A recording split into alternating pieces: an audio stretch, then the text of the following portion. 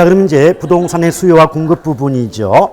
그런데 거기 뭐 수요와 공급의 기본적인 의미라든지 이런 것들은 알고 계신다고 보고, 일단 수요 공급이 변화할 때 가격과 양의 변화는 크게 두 가지 형태로 구분될 수가 있습니다. 다만 일단 그 19쪽 아래에 보시면 그 표가 있죠. 이 표에서 대체재 가격 변화와 보완재 가격 변화가 있지 않습니까? 이 부분이 조금 어렵고요.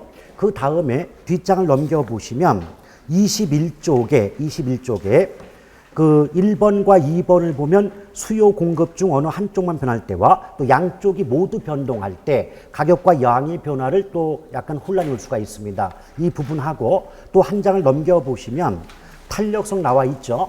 이걸 묶어가지고 좀 중요한 부분만 압축해서 설명을 드리겠습니다. 여러분, 일단 대체재라고 하는 것, 그 의미가 뭐예요? 재라고 하는 것은 재화의 준말이기 때문에 상품이겠죠. 근데 대체한다는 것은 무엇인가 바꾼다는 의미가 되지 않습니까? 근데 무엇인가 바꾸려면 같은 것끼리 바꿔요, 다른 것끼리 바꿔요. 같은 것끼리 바꿔요. 이게 무슨 말이냐? 예컨대 철도 노조가 파업하면 대체 인력을 긴급 투입한다는 말 쓰죠. 그럼 그때 대체 인력은 철도 기관사 출신을 데리고 가야지 택시 기사를 데리고 가면 안 되지 않습니까? 그렇죠. 그래서 대체라고 하는 건 뭐다? 용도, 기능 면에서 동일 또는 유사한 것끼리 대체가 되는 거예요. 아시겠죠? 그러니까 같은 것끼리 바꾼다. 따라서 용도나 기능 면이 동일 또는 유사하여 서로 바꿔 사용이 가능한 물건이 뭐다? 대체재입니다. 근데 보완재라고 하는 것은 서로 다른 두 개의 물건이 있다고 할 때 그 물건을 하나하나 따로 쓸 때보다는 함께 사용할 때 소비자의 만족, 두 글자로 효용이 증가하는 재화를 우리가 보완재 그러죠. 근데 의미는 아는데 그런 의미를 안다고 해서 문제를 맞출 수 있는 게 아닙니다. 무슨 말이냐면, 자, 대체재든 보완재든 일단 물건이 두 개가 나와야 돼요. A재, B재. 그러면 A라는 물건의 가격과 B라는 다른 물건의 수요량이 동일 방향, 즉 같은 방향으로 바뀌는 게 대체재고 서로 반대 방향으로 바뀌는 게 보완재입니다. 자, 예를 한번 들어볼까요? 보통 우리가 뭐 아파트와 연립주택을 가지고 대체재를 많이 사용하고 있는데, 이때 아파트, 연립 모두 용도가 주거용이죠. 따라서 용도가 동일하면 바꿔 쓸 수 있는 거 맞죠? 편의상 아파트를 A라는 물건이라고 보고 연립을 B라는 물건이라고 가정해 본다면 A재에 해당하는 아파트의 가격이 오른다라고 하면, 자, 가격이 오르면 그만큼 비싸죠. 비싼 건 덜 사요, 더 사요? 덜 사니까 아파트의 수요량은 줄어들 수밖에 없잖아요. 그러면 아파트에 대한 구입 부담이 커졌기 때문에 상대적으로 가격이 오르지 않은, 즉 가격이 내려간 오히려 연립주택의 수요량이 이전보다 증가한다는 거죠. 자, 이 경우에 구조가 어떻습니까?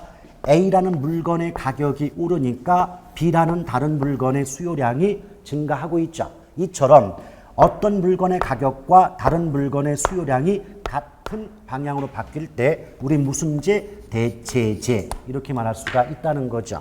자, 그에 비해서 보완재하기 전에, 따라서 앞으로 대체재가 나오잖아요. 그럼 무조건 가격과 수요가 같은 방향, 가격과 수요가 같은 방향이 바로 뭐다? 대체재. 보완재의 경우는 뭐냐면, 여기 이제 만년필과 잉크라는 두 가지 물건이 있대요. 근데 만년필에는 잉크를 채웠어야 사용이 가능하지 않겠습니까? 그 만년필을 A라는 물건, 잉크를 B라는 물건이라고 본다면 만년필의 가격이 오르면 비싸서 잘 못 사겠죠. 그 만년필은 이전보다 덜 쓴단 말이에요. 그 만년필을 덜 쓰게 되면 만년필에 채워서 사용하는 잉크도 이전보다는 사용량이 줄겠죠. 그렇죠? 그럼 잉크의 수요량은 감소한다는 거예요. 이처럼 A라는 물건의 가격이 오를 때 B라는 물건의 수요량은 반대로 줄어들지 않았습니까? 따라서 가격과 수요가 반대 방향으로 바뀌면 보완재, 같은 방향으로 바뀌면 대체재, 이렇게 보시면 돼요. 근데 우리가 이제 또 균형의 이동, 균형의 변화라는 것이 있는데요. 원래 균형이란 말 자체가 뭐예요? 수요와 공급이 일치하는 상태가 뭐다? 균형이 되겠죠. 그런데 이걸 그래프로 만들게 되면 우리 부동산 경제론에 나오는 그래프는요, 기본이 뭐다? 피카츄예요. 기본이 뭐라고요? 피카츄. P는 프라이스 가격이고 Q는 쿼안티티 양이란 말입니다. 오케이? 근데 균형자가 나오잖아요. 그럼 하나의 그래프에 수요 곡선과 공급 곡선이 모두 들어가야 됩니다. 자, 수요 곡선은 가격과 수요량이 반비례하니까 우하향하죠. 또 공급 곡선은 가격과 공급량이 비례니까 우상향합니다. 이처럼 수요 곡선과 공급 곡선이 맞닿는 이 지점을 균형점이라 하고 이 균형점에서 결정되는 가격을 균형 가격, 양을 균형 양이다 라고 말하죠. 이때 균형 양은요, 그 가운데에 여러 가지 말이 들어갈 수 있어요. 예컨대 뭐 균형 수급량, 균형 거래량, 균형 교환량 이런 말 나올 수가 있는데 균형과 양만 붙으면 가운데 어떤 말 들어도 다 똑같은 말입니다. 아시겠죠? 근데 이 경우에 여러분 만약에 수요든 공급이든 곡선이 오른쪽 왼쪽으로 이동을 하게 되면 수요 곡선과 공급 곡선이 맞닿는 균형점이 달라질 거 아닙니까? 그럼 균형점이 달라지면 균형점에서 결정되는 균형 가격과 균형량이 달라질 수밖에 없지 않느냐. 이걸 우리가 균형의 변화, 균형의 이동 이렇게 말할 수가 있겠죠. 그런데 첫 번째 패턴은요. 수요 공급 중에서 어느 한쪽만 변동하는 경우다라고 보시면 되죠. 자, 이때 수요가 증가 또는 감소하거나 또 공급만 증가 또는 감소하는 경우에 과연 균형점이 어떻게 변화함에 따라서 균형점에서 결정되는 가격과 양이 어떤 변화의 모습을 보일 수밖에 없는가? 이걸 따져볼 필요가 있다는 거죠.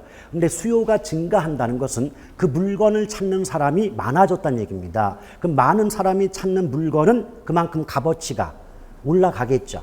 인기가 높아지니까. 따라서 가격이 어떻게 돼요? 올라가요.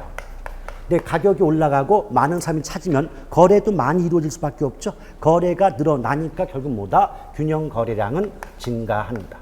근데 반대로 수요가 감소한다는 것은 그 물건을 찾는 사람이 별로 없다는 얘기예요. 그러면 어떻게 돼요? 가격이 내려가면서 거래량도 줄어들 수밖에 없지 않냐 이 말이 됩니다. 공급의 증가는 더 간단합니다. 공급이 늘어난다는 것은 그 물건이 어떤 물건이 양적으로 많아진다는 거예요. 양적으로 많아지면 양은 늘어난다. 근데 양적으로 많아지면 귀해져요, 흔해져요. 흔해지니까 가격이 떨어지는 거예요. 근데 공급이 줄어든다는 건 그 물건을 찾기가 쉽지가 않다는 겁니다. 따라서 귀해져요. 그러니까 양적으로는 줄어들고 그만큼 귀해지니까 가격은 올라간다라고 말할 수 있죠. 이때 자, 공급이 없고 수요만 있다고 볼까요? 자, 수요 봐요. 수요가 늘어요. 그럼 가격이 올라요. 양이 늘어요. 수요가 줄면 가격도 내리고 양도 줄죠. 오케이? 느낌 안 와요? 얘 늘죠.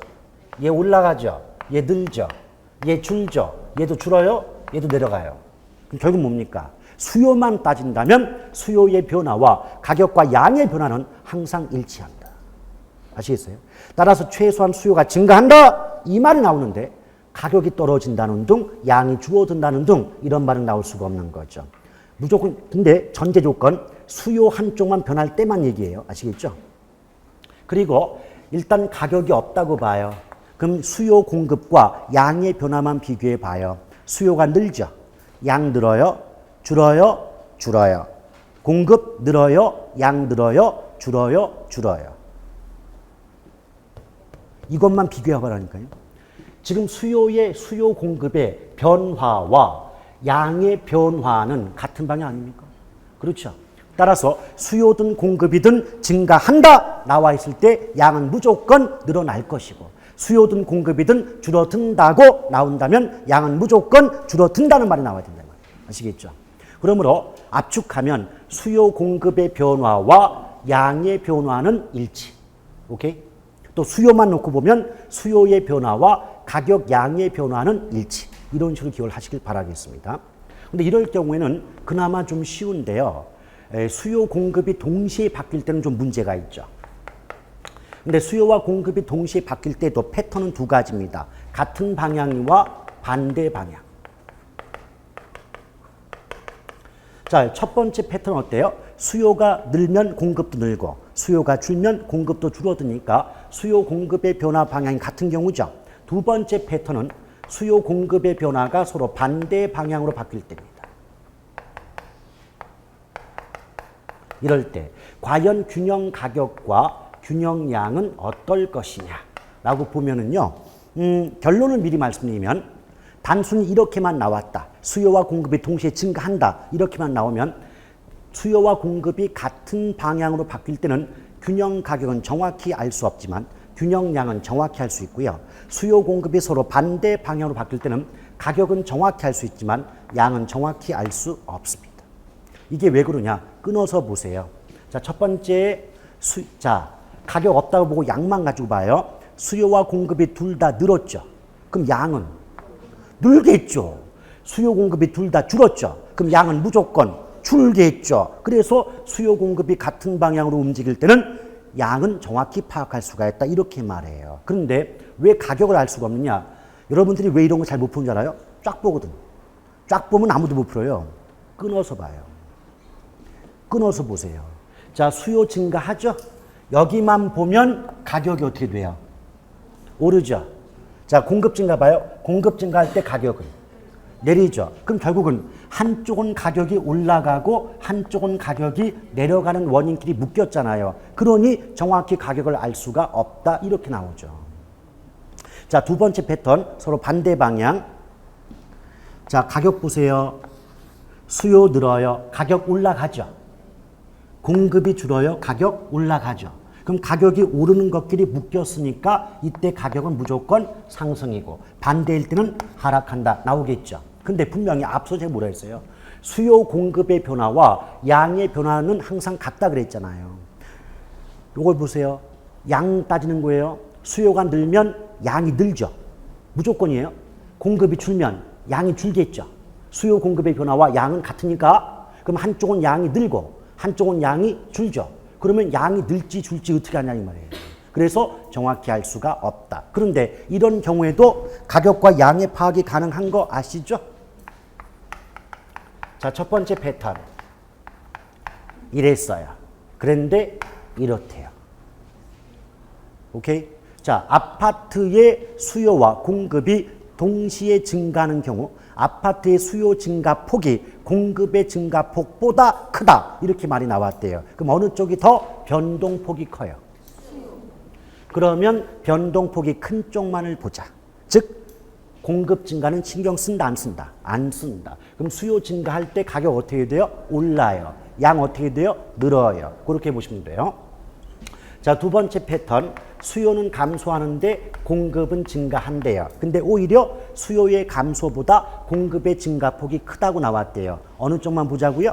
변동폭이 큰 쪽만을 보자고요. 그러면 공급이 증가할 때 가격이 내리고 양은 늘겠죠. 이렇게 보시면 되겠죠.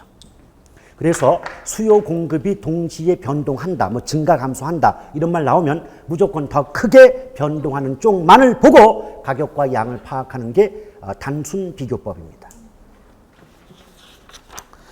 자, 그렇게 되면은 이제 결국은 탄력성만 남았는데요. 23쪽에 보면 테마 9번 해가지고 탄력성이란 말이 나와 있죠. 근데 이 탄력성을 그렇게 어려워하실까 싶단 말이에요. 자, 탄력성이라고 하는 것은 다른 말로 탄력도라고도 하는데 이건 어떤 말이에요? 어떤 자극이 주어졌을 때 그 자극에 대한 반응의 정도를 우린 뭐라 그런다? 탄력성 또는 탄력도라고 한다. 이렇게 말해요. 근데 여러분, 뭐 탄력적이다, 비탄력적이다 이런 말 많이 나오지 않습니까? 이거 별거 아니에요. 누군가를 간지럽히는 것도 자극을 주는 거죠. 그렇죠? 근데 누군가를 간지럽혔다. 근데 상대방이 간지럼을 안 탄다. 이 말은 간지럽힌다는 자극이 주어졌을 때 간지럼을 탄다는 반응의 정도가 커요, 작아요? 제가 간지럼을 안 탄다고 했는데 그게 커요? 아, 이게 지금 몇 개입니까? 이러시면 안 돼요. 허허, 참나. 다시 한번 들어갑니다. 자, 누군가 간지럼을 태우는 것도 자극이라고 했어요. 그럼 그 자극에 대한 반응은 간지럼을 타는 거야. 근데 열심히 간지럽히고 있었는데, 즉 자극이 주어지고 있었는데 상대방이 너 뭐하냐? 라고 한다면 간지럼을 많이 탔다, 거의 안 탔다. 그럼 간지럽히는 자극에 대한 반응의 정도가 크다, 작다. 이게 비탄력이요. 오케이? 그런데 어떤 사람은 그런 경우 있죠. 간지럼을 태웠다, 쓰러졌다. 간지럼을 타면서 갔다, 다시. 이런 경우는 뭐다? 엄청 간지럼 많이 탔죠? 이게 뭐다? 간지럼을 태우는 자극에 대해서 너무 많이 탔어요. 탄력성이다. 또는 탄력성이 크다는 거죠. 근데 이런 경우 있잖아요. 간지럼을 피울래? 거품 물고 쓰러졌다. 간지럼을 피울래? 이 말은 아직 자극을 줬다, 안 줬다? 안 줬어. 근데 벌써 거품 물고 쓰러졌다는 건 반응이 나온 거야. 이것이 바로 뭐다? 완전 탄력이에요. 아시겠어요? 완전 탄력. 근데 3시간 내내 간접했다? 3시간 지나서 그제서야 간지럼을 태우고 있었어. 라고 말하는 건 자극에 대한 반응이 전혀 없죠? 이게 바로 뭐다? 완전 비탄력. 전문용어로 불감증이라고 합니다. 자, 그럼 볼까요? 그런데 이 자극은 일종의 원인 부분이고 반응은 그에 대한 결과라고 보시면 돼요. 그런데 이 자극 부분이 가격의 변화일 때가 있고 또 소득의 변화일 때가 있더란 얘기예요. 그리고 서로 다른 두 개의 물건이 있다고 할 때 어떤 A제 B제라고 해보면 A라는 물건의 가격 변화일 때도 있더라는 거죠. 이럴 때 그 원인에 대한, 그 자극에 대한 결과로서 그 물건의 수요량이 얼마만큼 변화하는가, 또 소득이 변화할 때 그 물건의 수요량이 얼마만큼 변화하는가, 또 A라는 물건의 가격이 변화할 때 B라는 다른 물건의 수요량이 얼마만큼 변화하는가를 가지고 각각 첫 번째 가격 탄력성, 두 번째 소득 탄력성, 세 번째 교차 탄력성으로 구분해 볼 수가 있다는 겁니다. 근데요, 요 두 번째까지는요, 느낌 안 와요? 아, 가격의 변화가 원인이니까 무슨 탄력성, 가격 탄력성, 소득의 변화가 원인이니까 무슨 탄력성, 소득 탄력성, 이렇게 제목이 붙여지는 단어는 느낌 안 들어요? 아시겠어요? 느낌을 받아야 돼요. 오케이? 느낌 아니까. 자, 이렇게 보시면 돼요. 자, 그런데 이때 가격 탄력성 크게 수요 탄력성 들어봤죠. 공급 탄력성 들어봤죠. 가격 탄력성만 수요 탄력성과 공급 탄력성으로 구분이 되고 소득과 교차 탄력성은 둘 다 수요량의 변화율을 의미하기 때문에 수요자, 공급자 따로 붙이지 않고 그냥 소득과 교차 나오면 수요만 나오지 공급이라는 말이 나올 수가 없는 구조입니다. 아시겠죠? 자, 그런데요, 여러분 봐봐요. 이 자극을 어떤 물건의 가격 변화라고 본다면 그에 대한 반응이 그 물건의 수요량의 변화율 아니겠느냐. 이렇게 말하는 게 뭐다? 수요의 가격 탄력성을 의미하는 표현이다 라고 보시면 돼요. 그럼 봐봐요. 뭐뭐에 대한 나왔어요. 이 말 나오면 앞이 뭐예요? 뒤가. 그래서 수요 탄력성 공식은 가격 변화율 분의 수요량의 변화율이잖아요. 아시겠죠? 근데 만약에 공급 탄력성을 물어본다면 이 똑같은 문장에서 뭐만 바꾸면, 수요를 공급이란 말로 바꾸면 그것은 결국 공급 탄력성을 의미하고 있다라고 보시면 돼요. 그런데 요거 한번 살펴볼까요? 가격이요. 어떤 물건의 가격이 이만큼 변동했대요. 이때 변동이란 말 속에는 상승도 변동이고 하락도 변동 아니겠습니까? 그렇죠?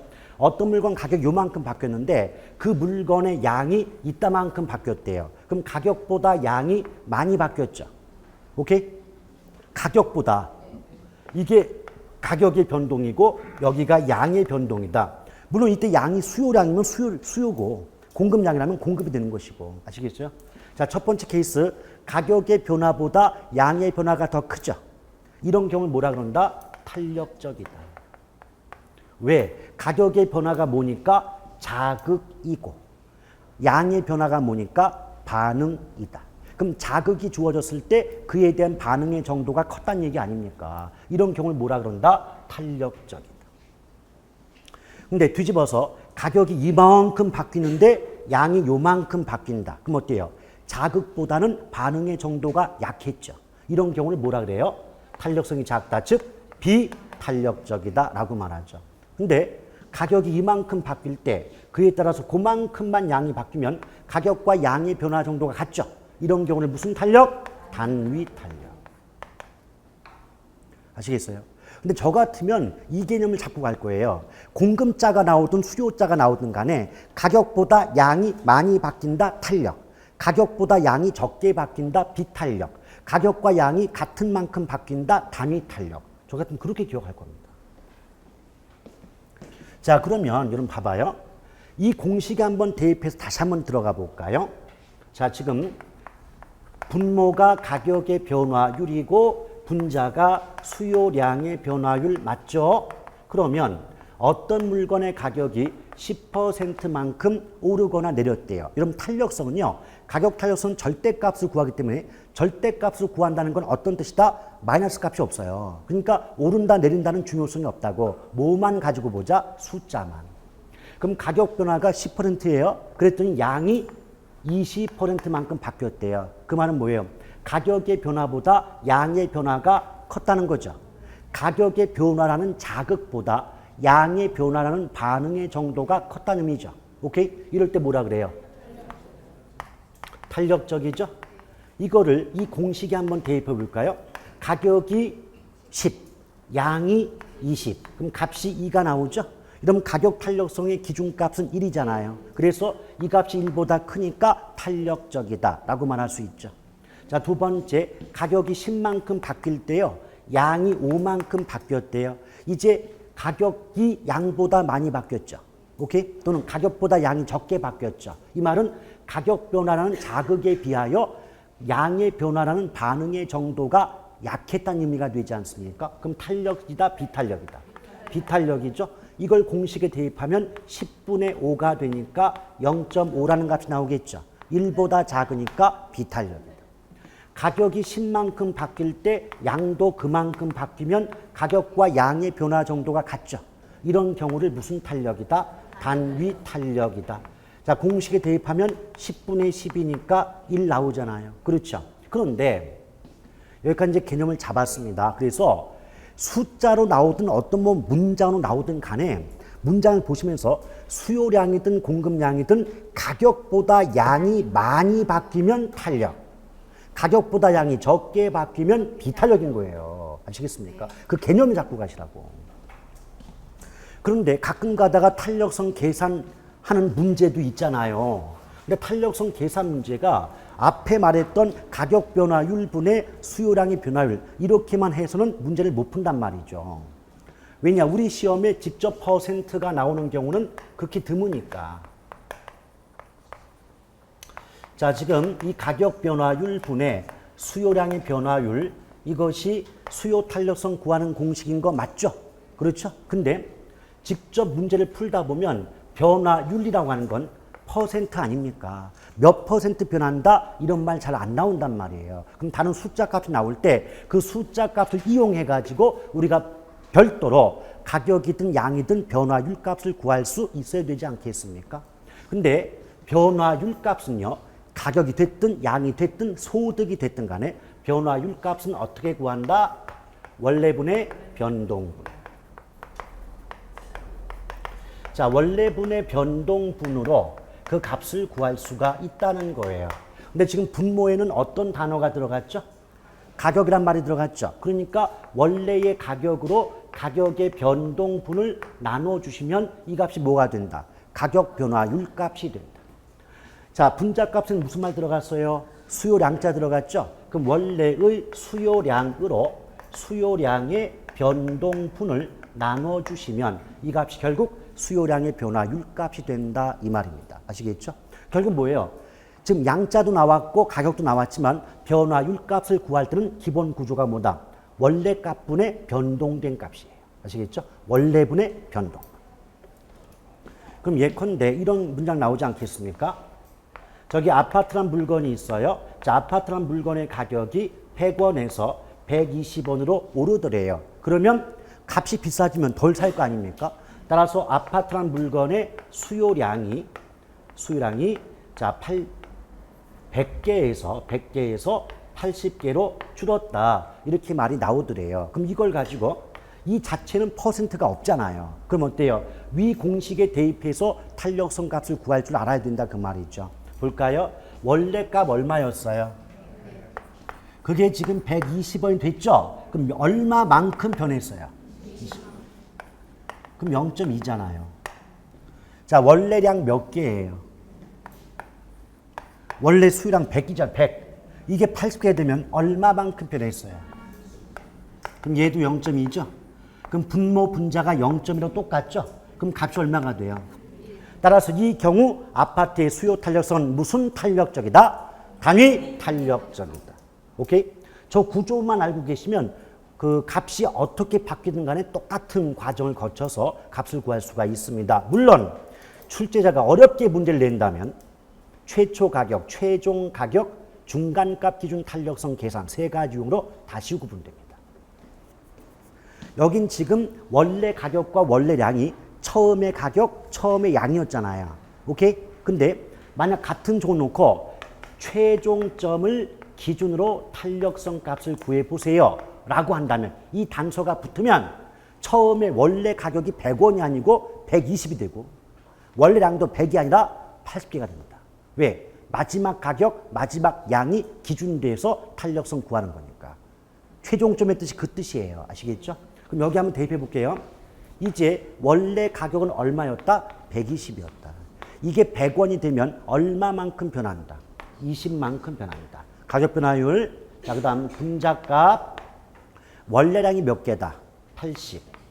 근데 그게 100이 되면 몇 개만큼 변한다? 20. 됐습니까? 그럼 이거 약분해 볼게요. 120분의 20은 6분의 1이죠. 80분의 20은 4분의 1이죠. 그러면 안쪽끼리 곱하고 바깥쪽끼리 곱해요. 이때 안쪽으로 곱해진 값이 분모, 바깥쪽 곱해진 값이 분자가 되겠죠. 그럼 1 곱하기 4는 4고 6 곱하기는 6이니까 4분의 6이죠. 4분의 6은 약분하면 1.5가 나오겠죠. 그럼 1보다 크죠. 그럼 탄력, 비탄력. 그럼 봐봐요. 지금 저 조건이요. 앞에서 먼저 풀었던 1값 나오는 조건과 조건 자체는 같잖아요. 그런데 처음에 1값이 나올 때는 뭐였어요? 처음의 가격과 처음의 양이 기준값이었어요. 원래 가격, 원래 양이 됐다는 거죠. 근데 두 번째는 같은 조건이 나오면서 뭐만 붙인 거예요. 최종 가격과 최종 수량을 기준으로 한다는 말이 나오는 거예요. 그럼 마지막 가격이 원래 가격이고 마지막 양이 원래 양이다 그 말이에요. 아시겠습니까? 그럼 어때요? 같은 조건임에도 불구하고 최초값 기준일 때는 1이 나와서 단위 탄력이었는데 최종값 기준하면 1.5가 나와서 탄력이라고 지금 값이 나올 수 있지 않습니까? 그래요? 근데 이게 처음에 탄력성 구하는 문제 나왔는데 계속 다른 말 없어도 첫 번째처럼 풀어왔거든요. 한 10년 이상을.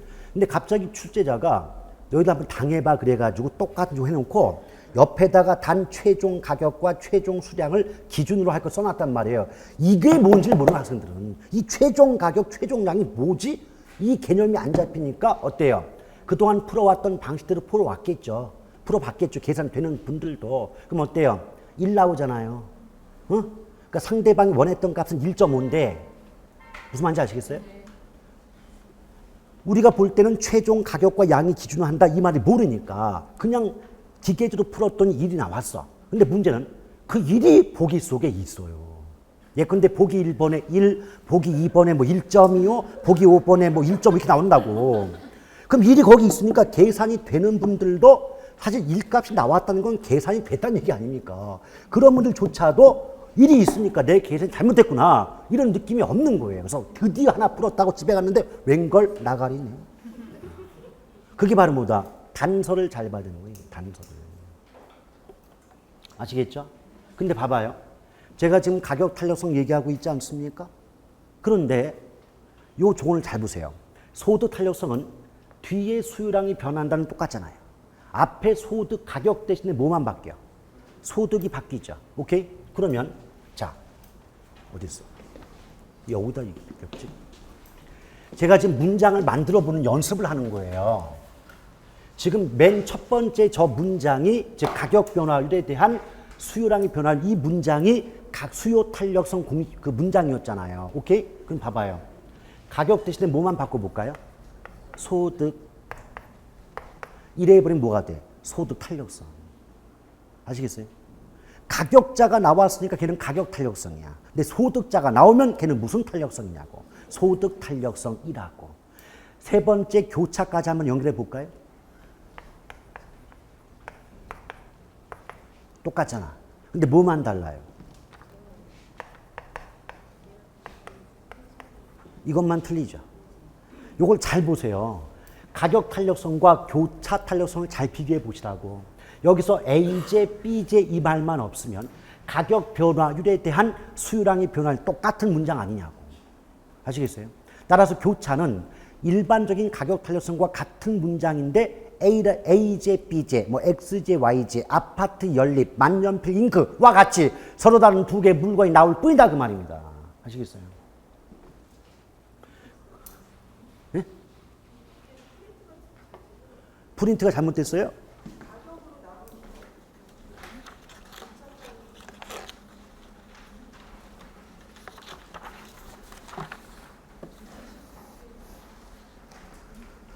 예, 수요의 교차 탄력성. 프린트 잘못 안 됐는데? 어느 부분이 잘못됐다고 느끼십니까? 예.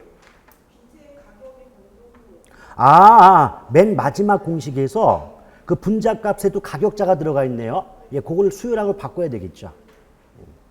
그럼 오타가 난 거고. 또 다른 거는 없습니까? 예. 자, 그러면 자, 두 번째 소득 탄력성 공식을 보면 소득 변화율이 분모가 되겠죠. 에 대한 앞이 분모니까.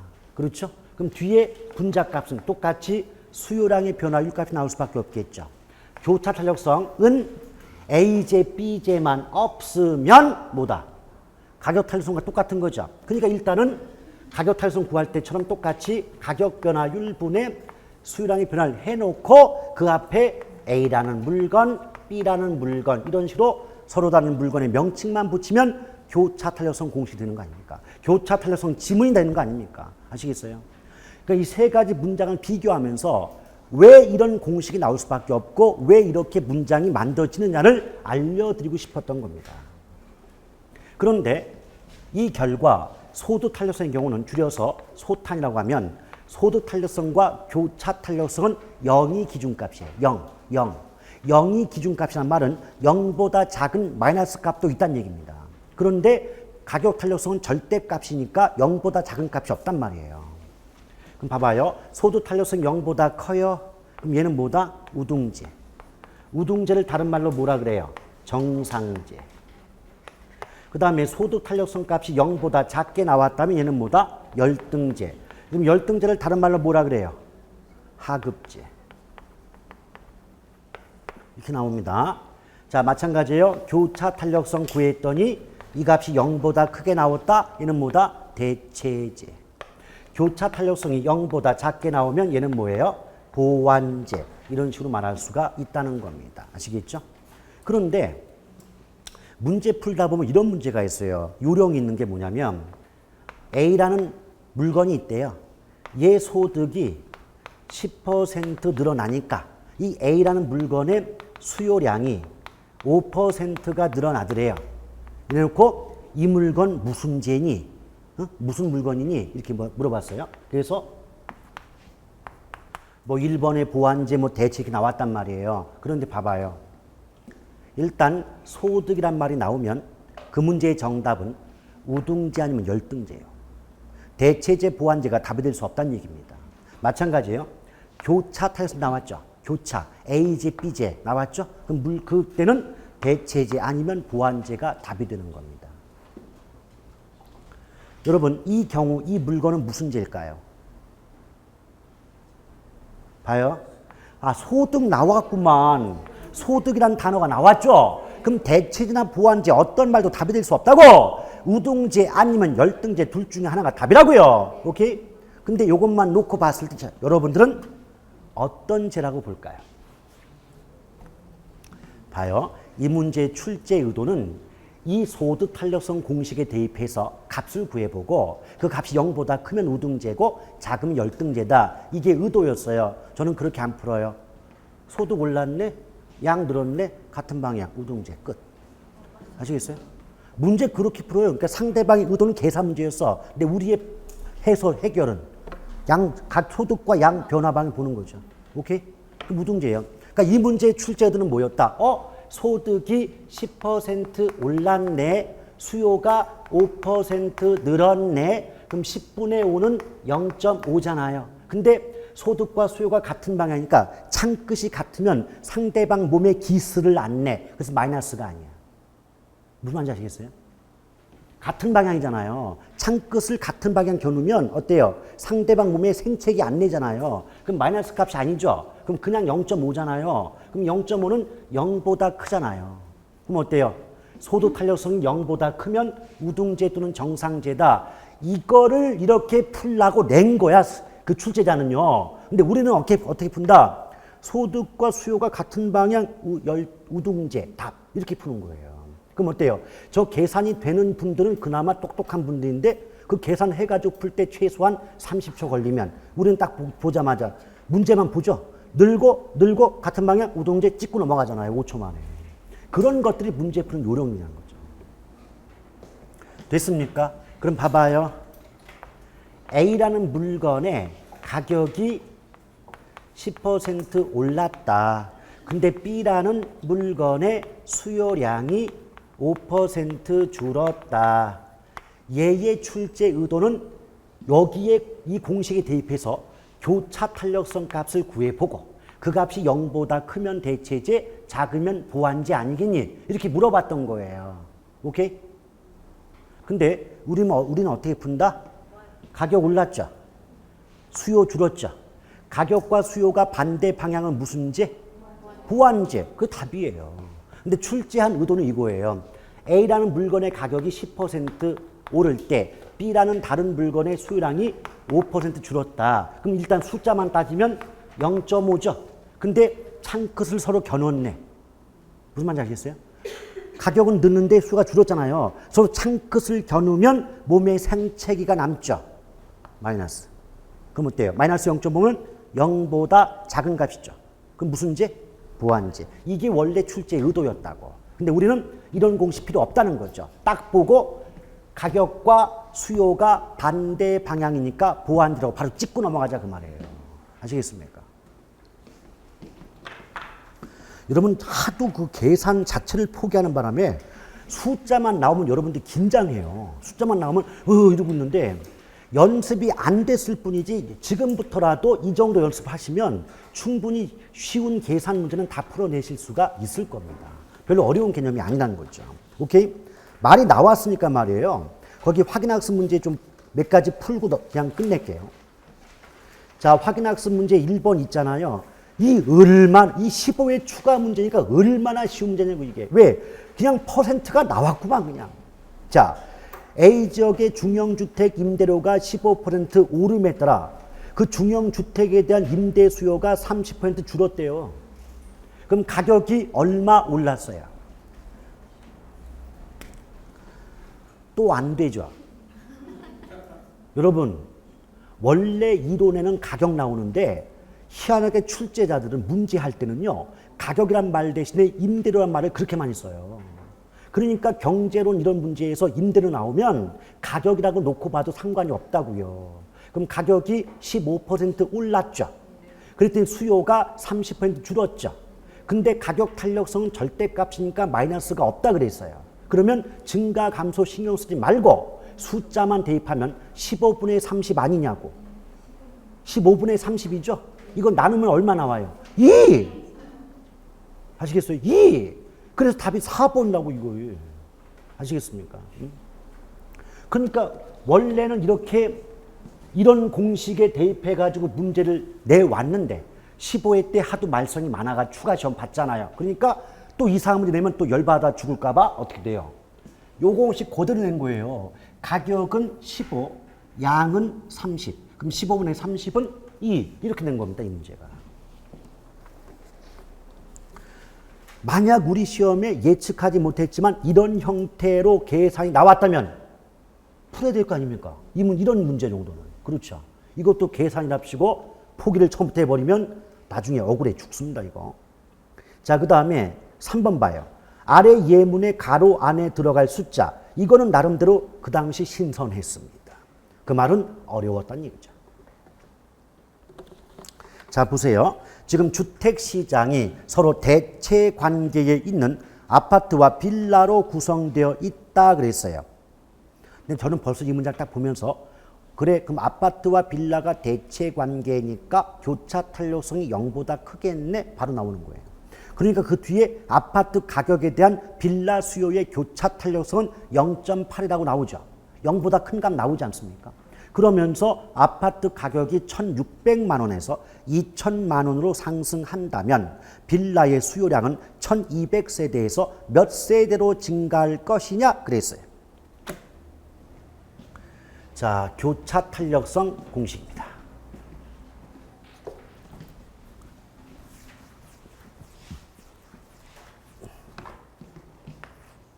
아까도 말씀드렸어요. 교차 탄력성의 기본 공식은 가격 탄력성 공식과 같다. 그래서 가격 변화율 분의 수요량의 변화율, 이 부분은 일반적인 가격 탄력성과 구조가 같다라고 했죠. 다만 어떤 부분에 차이점이 있다? 아파트 연립 이런 식으로 서로 다른 두 개의 물건 명칭이 앞에 붙을 뿐이다 그랬잖아요. 오케이? 그럼 봐요. 이것만 다르지. 나머지는 일반적인 가격 탄력성 공식과 같잖아요. 그러면 이 변화율 값도 아까 한 것처럼 원래분의 변동분으로 그 값을 구할 수 있지 않습니까? 그렇죠? 그럼 봐요. 자, 원래분의 변동분 또 원래분의 변동분.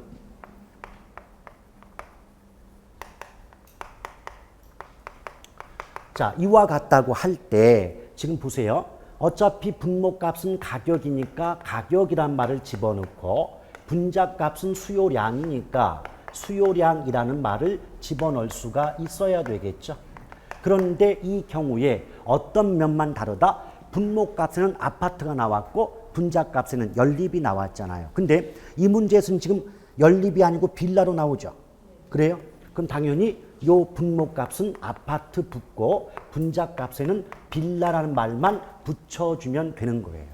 그런데 지금 이렇게 구해서 완성된 값이 0.8로 지금 주어졌단 말입니다. 0.8. 그런데 그 아래에 보시면 아파트 가격이 1,600에서 2,000으로 오른다 그랬죠. 그럼 여기 보세요.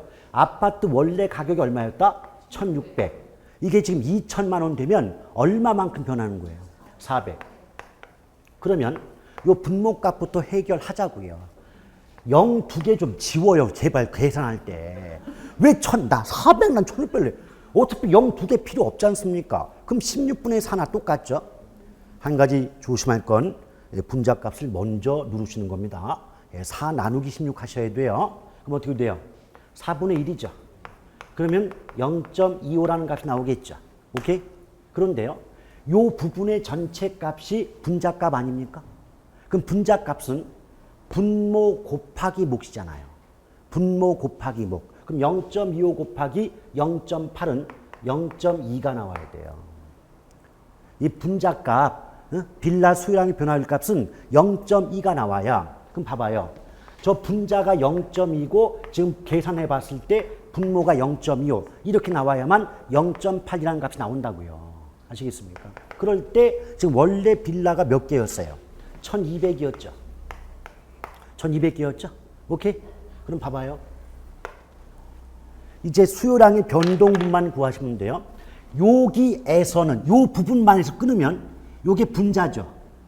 분자 모르잖아요. 분자 몇 개 바뀌었는지 모르잖아요. 그렇죠? 그럼 분모 곱하기 몫하면 된다고. 그럼 1,200 곱하기 0.2는 240. 240이에요. 근데 대체제의 뜻이 뭐예요? 가격과 수요가 같은 방향 아니냐고. 그럼 지금 가격은 올랐잖아요. 그럼 수요도 늘어야 되겠죠. 그럼 어때요? 원래 1,200개였는데 240개만큼 더 늘어나게 됐다는 거예요. 그럼 합하면 몇 개가 돼요? 1,440이 되는 거죠. 그래서 정답이 3번인데 따라서 여러분 3번 같은 문제가 만약 나오면 공식을 다 알고 있고 계산 과정을 알고 있다 할지라도 실제로 현장 가서 그 주어진 시간 내에 이 문제를 풀어낼 수 있겠습니까? 없죠. 그러니까 이런 것들은 포기하는 거예요. 어쩔 수 없는 거예요. 그런데 제가 1번과 3번을 비교했던 것은 1번처럼만 나와주면 이거는 포기할 수 없지 않느냐. 이 정도는. 근데 3번 같은 경우는 아니 포기하는 게 급선무예요. 그거 차라리 찍고 말지. 그거 풀다가 다른 문제 더 틀려요. 아시겠습니까? 오케이? 자, 이렇게 해서 오늘 수업을 대략적으로 마치게 됐습니다. 오늘 아침부터 수업을 받으시는 대단히 고생이 많으셨고 200배, 다음 주에 다시 뵙는 200배 가지고 예, 다음 기회가 있으면 다시 뵙기를 원합니다. 대단히 수고 많으셨습니다. 고맙습니다.